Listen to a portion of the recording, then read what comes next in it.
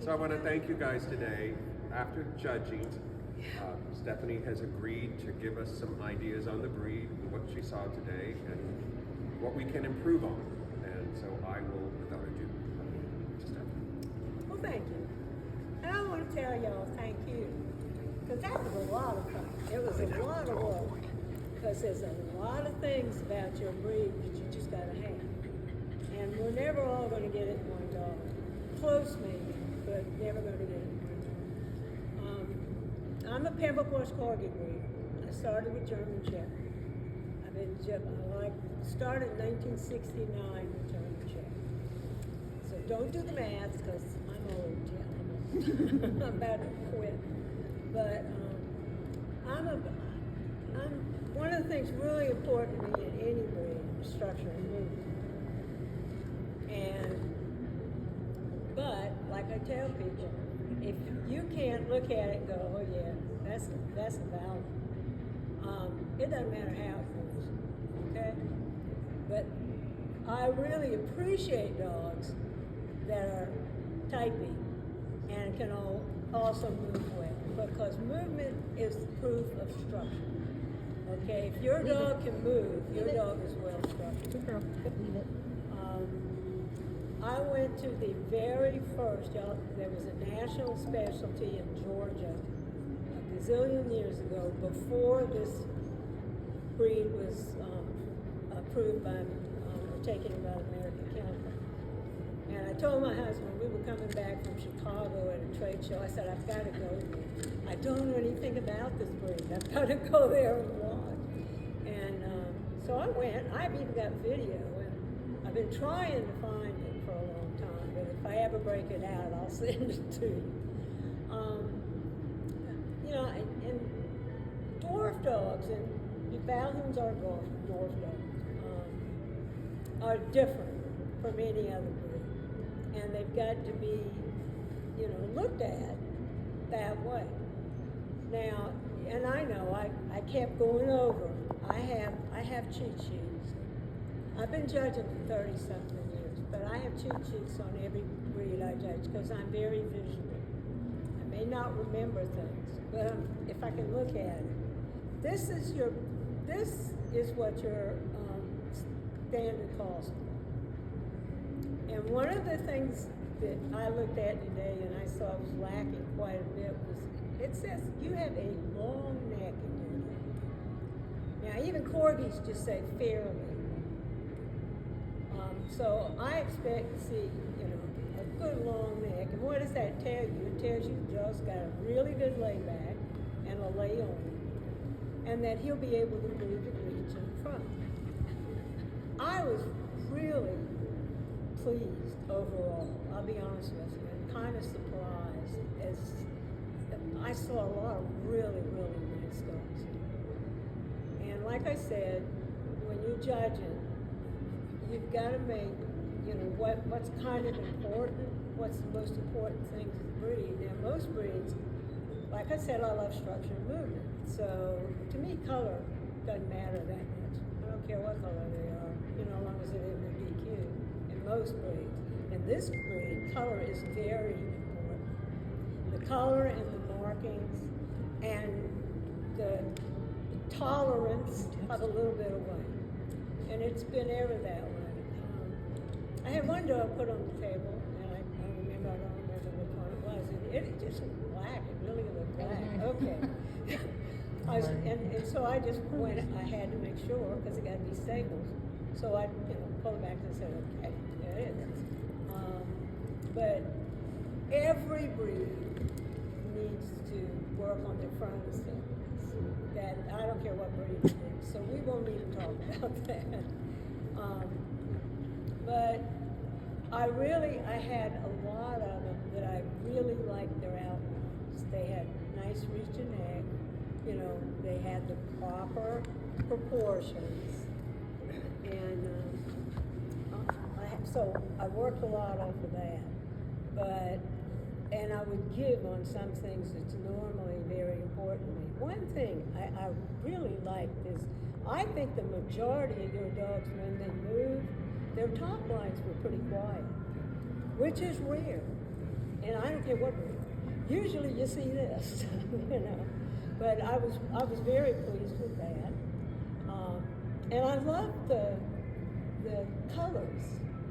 You know, I think I had something of everything, and I really liked all of that. That's something, you know, you never see this many anyway, no matter where you go. And, you know, they need more bone. They've always needed more bone. But I don't know where the heck you're going to find it. That's the problem, because they've always kind of been like this, you know. So if there's any way, if you have a dog, you know, it's got a lot of bone, don't throw it out. I don't care what else it's got. You know, you can breed to it and bring the bone in. Does anybody have any questions? I could talk forever. It's one of those people. We can listen to you.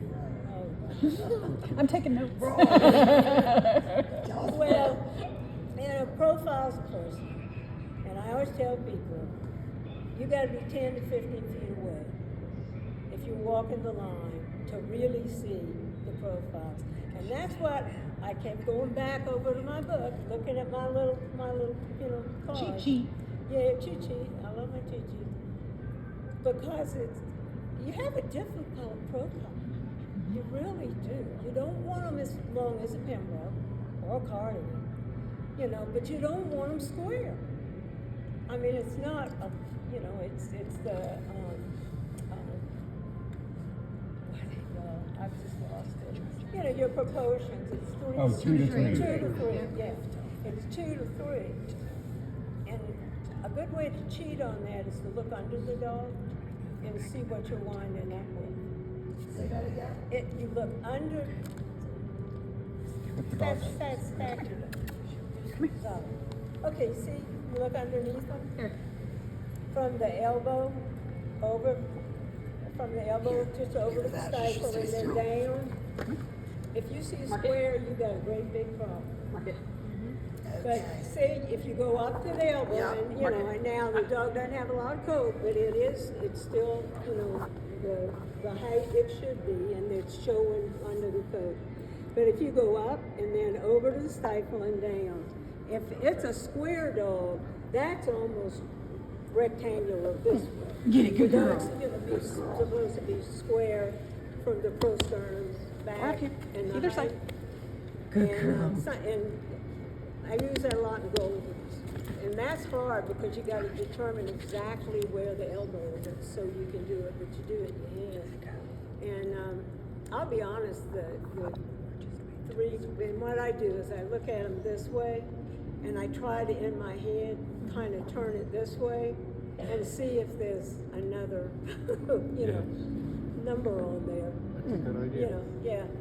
I have to use those kind of things because, like I say, you know, I'll forget words, but I remember pictures. But I'm kind of happy with what y'all are doing. I was really kind of surprised because you don't see the kind of quality very often. And like I said, you're never going to have one dog that, you know, I've seen a couple of them that are near perfection, but you got to give and take. And it's not on the whole group, it's give and take on each dog, which is what's hard because you look and you go, boy, I really like that one's neck. I'm not too crazy about his top on, you know, and you've just got to, in your head, see what it is. But you as a breeder, if you don't know where your dog is faulty, then how are you going to know what to do to fix it? So don't think your dog's perfect. Be uber critical of your own dog. And that way you're not surprised. I mean, you know. And sure. Okay, so when you're talking about wanting more bone, but our standard is really like it's moderate. Moderate, yeah. No, it says well boned. Well boned, yeah. The standard says well boned. The Aussie standard says moderate. But, well, it's a good question. But then the question is, what is well-boned? Yeah. My well-boned might be very different from your concept of well-boned. It's supposed to be, there's supposed to be an extremely sturdy Yeah. little dog. Because just looking at where pens used to be, Oh, Pam's, They used okay, to let's look get into more like that. these That's guys, ever right? so much fun. so we had an old style pen. He was a pup, whatever. agree. But he like you look at his outline. Is she in he your way? almost looks like a No, pup. you're And it fine. also Like- depends on the particular specimen, how it is. Yeah. Got it? That Yeah. is exactly, and that's what makes it hard. And y'all really made it hard because I had a lot of dogs I really liked. I mean, and I had to go look and, oh, okay, yeah, that, through my head. Because I'm not one of these. Don't come to me 15 minutes after I finish judging the day and Yep. say, I showed you this morning.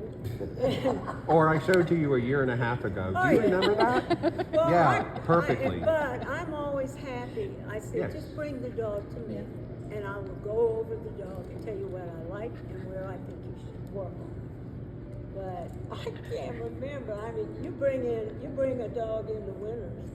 I've already forgotten what I did with them. But and I think sometimes that's. Can you expand a little bit on your breeding program, because you have such a history on your breeding program, which you're not going to be breeding anymore, and what you can advise to a lot of the young Well, folks what here? you do, well, I did. It took me a long time because I started with German Shepherds, and I did that for about 20 years. And unfortunately, kept gaining weight. And when you show a shepherd, at least back then, you better be able to run and run and run and run. And at every show you go to, there'd be 110 German Shepherds. And they're always outdoors, so you never know what was going on inside. But I got to the point I couldn't run, so what I did was I bought a horse. And this lady that was quite wealthy, and she had whippets, and she had top docks, long-haired dachshund of all time, and she had corgis. And I bought one from her, and it was a champion good. And you know what corgis look like? Oh, she was red, red, red. She had white right here and white on her toes. That was it. Yeah, you don't see that anymore. You don't see that. But I started with the German Shepherds. I was very fortunate to find a couple of people who wanted to mentor, and they were wonderful mentors. Well, they also happened to have horses, and one of them was, his name was Dr. Charles Kruger, and he was out in Washington D.C. He was a German Shepherd man, and he got into corgis, and his dogs could, I mean, really, and that was ages ago. Was that I Schaefer started House? with them, but Was they that weren't. Schaefer House? Huh? Was that Schaefer House? Yeah. They weren't very pretty in the face. I had with my first corgi was from Okay, Schaefer well, House. see, I started with those, and Chuck was one of my mentors, and Pat Parsons and Scooty Sherlock were the other two. Because they were German Shepherd people, and I met them at the German Shepherd place. But anyway, so I knew, my dogs weren't as pretty as everybody else's, but I just couldn't keep a puppy if all he had was a pretty head. So it took me a very long time to get where I really wanted to be. And I would buy a stud dog if I could find one that was really, really good, and I thought had what mine needed, and I liked the bloodlines. I would buy that dog, and I was very fortunate. I got to bring a dog from England. I went over and I had a list of things I needed, and the last thing it said red and white, and he was a black-headed trap. But he had the most, if anybody's ever seen the Illustrated Standard, the Pembroke Corgi, the black-headed tri-male picture of the face, that was my boy. And he was got the prettiest head I've ever seen on a black-head. And he was pretty well structured. But see, I had good structure. And I know I needed the heads. And everybody said, oh, you can put a head on him in a generation.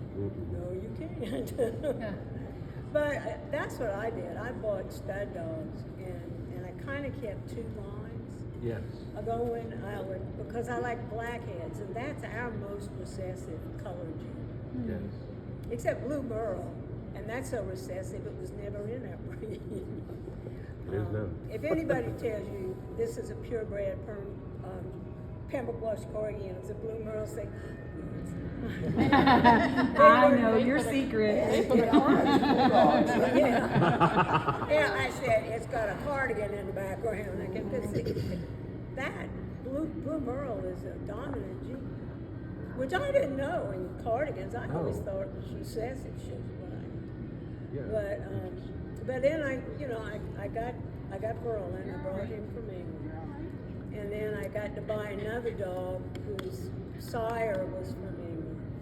And back then, it was you go to England if you wanted a really beautiful Indian. They didn't have one.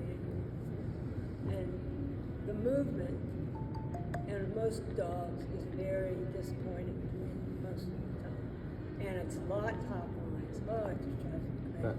That strategy that you mentioned, developing 2 separate lines. Okay, And and then then you you can- can do this with them every Exactly. now and then. And if but- one burns out, you still have something to Yeah. do. Yeah. And if y'all can get it. It's called by Brackett. He was a German Shepherd breeder in the beginning, and he has a theory of how you breed, and it's inbreeding.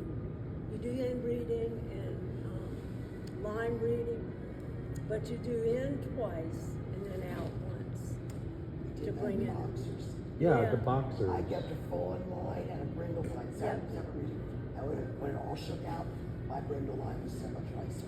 If you Well, look at the dogs in the 50s and the 60s with the foresights and all of those Yeah. that had the top winning boxers of all time, that's what they did. Yeah.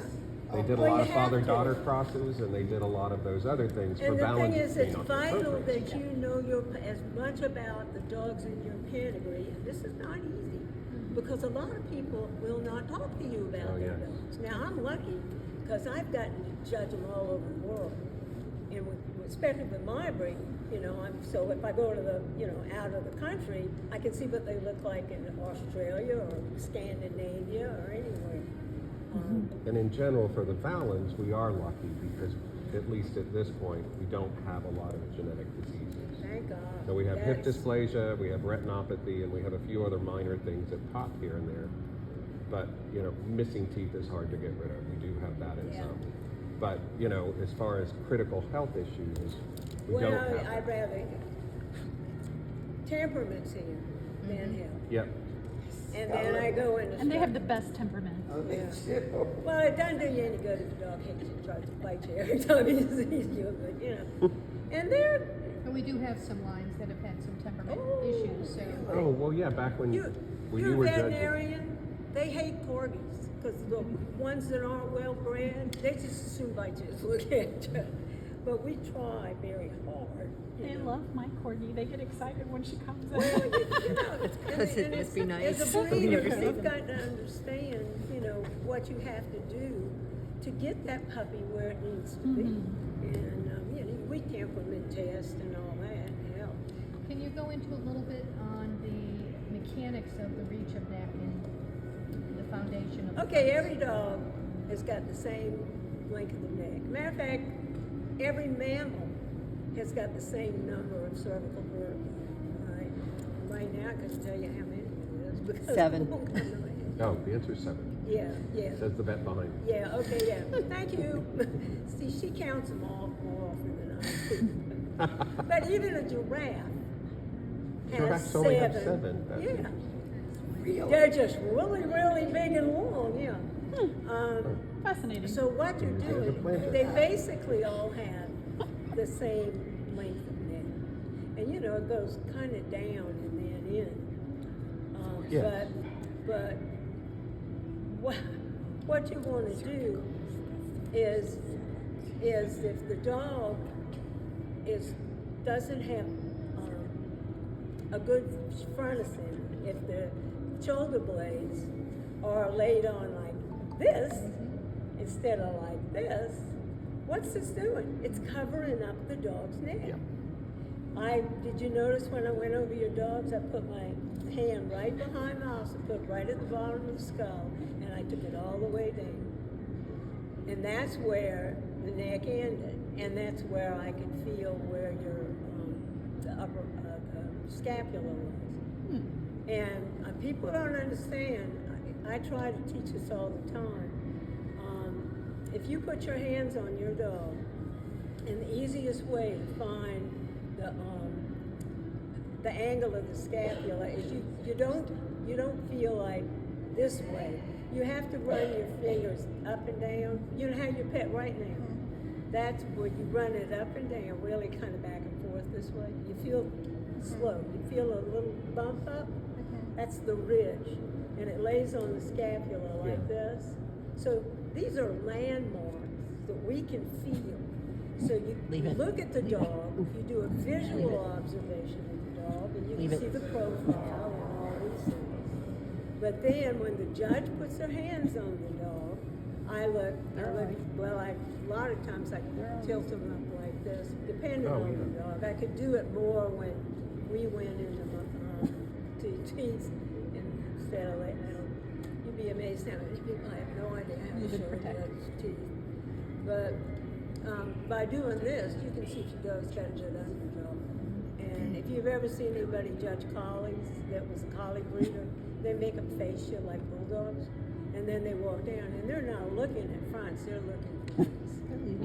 And but okay, so I had a friend, I went over to his house and I evaluated his litter. We picked him up, and the first one, it was like this, and I said, you see how short it is. But that's one of our things we can do, and then we also have to learn to feel where it goes, and it goes in at the elbow. Well, when it goes down, it goes into the upper arm, and it's a notch. There's a little notch you can feel right, when you're going for the point of the shoulder there, and the bottom part of it is your upper arm, and only because it's going in like this. So that way you can feel the thing this way, and then you can say, whoa, if it's a short upper arm. But when you have a dog, you've got to have a lay back. Lay back is this. Lay on is this. This is how they're laid on to the. I have long COVID and crazy. I lose words. That's how they're laid on to the chest. And so, if a dog's like this, it's going to have short. It's going to look like it has a short neck. And the effect on the posterior. Yeah. Yeah, and the other thing a lot of people don't do, they feel the prospect. When I do that, and I put it here, I want the prospect right there. And with your breed and my breed, we can feel that rib cage is a little bit like this, the sternum at the bottom. Fits right in there. If you go, you got a problem. But one thing a lot of people don't do is to see how long, when a puppy's born, how long that sternum actually is. Where does it end? Because if it ends ways up here, then you've got a rib problem. But front assemblies, for some reason, are extremely difficult to get and very easy to lose. And maintain, yeah. Yeah, and you just got to know what are the things that make your breed different from any other breed. You don't want one of these dogs the same size as a Pam or a Cardigan. You want them taller. I wish I had a ruler, because it would be so easy to just put that ruler in. You said that they should be taller than a Pembroke? Yeah. Oh, yeah. 10, yeah. They go up to 13 and a half, right? Okay. So roughly half of the dog from the point of the shoulders to the point of the elbow, that's about half the height. Well, and one sheep From the cheese point of the is elbow you can down to look the at a ground. chair, and I guarantee you this is 16 inches. Yeah. I cheat a lot of times. I watch them go by, and I kind of look at the chair. If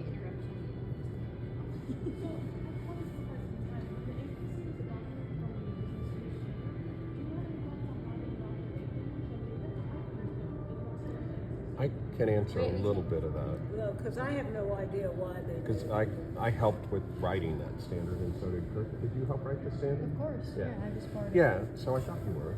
So anyway, us two old people. There were certain Thank God things. Us young, exciting people. Yes, in our minds. So anyway, there were certain things that we wanted. What we were trying to do was basically adopt the FCI standard. Yeah. But AKC has a different format, and they wanted different language. Yeah. So that was part of it. There's actually part of our standard that came from the Pembroke Porgy standard. We adopted some of that. Deb Harper was also involved, She's fabulous. and she was just such a great help. She's a wordsmith. And we tried to put other things in that in the end AKC did not accept. Oh, that's it. So we had to kind of follow, there are things in the Swedish standard that are not in our standard, and it's something I have a hope in the future we can work with the Swedish to tighten up our standard. Label it out. And Yeah, originally, label it. we incorporated a lot from the English Kennel Club, because they had worked initially with the Swedes, and that was our basis. And the ones that were working on us, we had someone that was also a judge in another breed, so some of the stuff was incorporated from other breeds, and it was just majority ruled, basically, when you're having a committee working on that. So there's some things that we had to settle for in order for us to try to meet what AKC was looking for. But now And after that's 25 years, we might be able to do something. Well, somebody mentioned about the original corgis and Oh, yeah. Pams, yeah. And you know, I have a lot of friends in Scandinavia, and I've judged there quite a bit. And I always have heated conversations sometimes about, oh yes, no, the Vallhund is behind the corgi, and I go, I can't see that. I just really can't. So I decided I would delve into history and see. Well, I found out that the Vikings, yes, they went all up and down the coast of Oh, yeah, Wales, especially and all. Scotland. But then it wasn't Sweden and Norway. No, Yeah, yeah. it was just Scandinavian. Well, the Norwegian went Ding, to ding. Wales, and everybody else went to up the Russia. river Yeah. to Russia. Yeah, Mhm. I thought, Absolutely. well, I win. But what's interesting, I told them I think what some Did he have of to them get a did, tattoo? the Norwegians brought We do have maybe a some of these tattoo. Pams back, and then because they do, these dogs look much more like what the Pams look like when they first brought them off the Yep. farms. And what happened is the Royal Kennel Club did not recognize them as two separate breeds, Pams and Corgis. Yes. They just said Yeah. they're corgis. So for 10 years, they Intermingled. interbred the breeds. And that started, it's called a drift. That started a drift. And the Pams became more and more and more like the Corgis. And then we finally, they said, oh yeah, okay. So we had to do something to really make sure you could tell the difference. But, and that took me a long time to figure it out, because it always really bothered me. How did they go? The original Pembroke standard drawn up in whenever in England said that the forelegs were as straight as possible. The legs were as straight as possible. They wanted terrier fronts on the dog. Crazy. Yeah, well then they didn't understand about a dog being a dwarf. Don't you do it? And that won't work. But so they changed it. But the original standard also said that they were 18 to 24 pounds. Pembrokes. That's light. Honey, if you see one in the ring that's smaller than 30 pounds today, Oh, yeah. yeah, it is. It's safe. Maybe The a female might be a little less than 30. Yeah, they do not look anything. The Well, California dog started getting so big. Yeah, well, but the thing is too, there was a lady, she had Lee's kennel, Patricia Curdy's, and Lee's kennel she had Pam's, and I know she had the little terriers. Anyway, she had, most of them had 2 or 3 breeds, and this was very early. The first time I think I went over to Crufts, I used to go about every 3 years. It was 1980 something, maybe 87, 88, something like that. And I got to meet her, because you go visit with a friend, and then they take you to all of their friends, Yeah. Corgi, You go for the sherry. Yeah. Oh no, Jim. Only Yeah. the sherry with the great Yeah. remedies. So we went to Miss Birdie's, and I took more pictures of her cardigans than I did of her Pembrokes, because that was stunning. But I asked her, I said, when did this drift and this change? What happened? Because they don't look like that anymore. They were kind of scrawny looking and little boned. And she said, after World War II, the nutrition for dogs was so much better than it had ever been before. She really felt that's when the Pembrokes reached their genetic potential. And I've never heard anything else that would could even begin to. So there's an interesting concept along the lines with Swedish Vallhund. It's an epigenetic genetic response. And what epigenetics is essentially is under different conditions, different genes are expressed. That's all it is. But when we've had Jackie Bayless, Ada West, Anita Whitmarsh, Anita Whitmarsh was the president of the Swedish Club. Judge National twice. Yeah. Jackie was club president and historian, wrote a book on Swedish So Vallhund. lucky. Yeah. And Ada West has been that kennel has been forever, which was where our dogs started from The in the foundation of United John States. Ricker Kennel. So all of those people came over and were mentors for us. They all said the same thing. And this is something, I just had a litter, they're now 9 months old, I've tracked the 5 puppies. If you grow them up slightly heavy as younger puppies, they will maintain a good body weight. If you don't, it's going to be 5 years before you get that. Yeah. I just read an article on that. Yeah. Oh, you did? I did. Well, they really push that.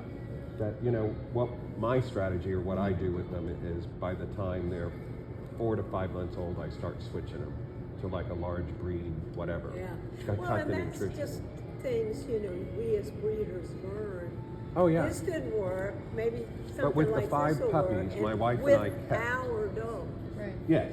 And I mean, it can Yes. change so, But what was so differently. striking is we kept 2 under that protocol. Another one went to a show home under a different protocol, whatever they do, and one person is feeding raw, and then one person, anyway, just regular dog food, whatever. But the difference in the puppies, they don't even look like they're from the same litter. It's amazing. It's amazing. It can. What people can do. They don't have the bone, they don't have the body, they look very immature. And, the one in particular was a very nice bitch puppy, and I'm like, Well, and a Well, we lot have of different times lines though. they don't originally. give them enough rest. Puppies have It's got true. to sleep a lot. that's true. And a friend not too long ago, she had a beautiful litter and sold a puppy to somebody very important in our breed. And he likes everybody and he dragged that little puppy to all of his friends could see him. They could see her. And she never got to rest. And she did. He gave her back. But it wasn't with any of the other, none of the other litter. Interesting. That's the litter. So something to consider for people in the future. Yeah, well, and because all of our breeds, this should be a very, I can't even think of the right, yes, I think you're cute. Look at me.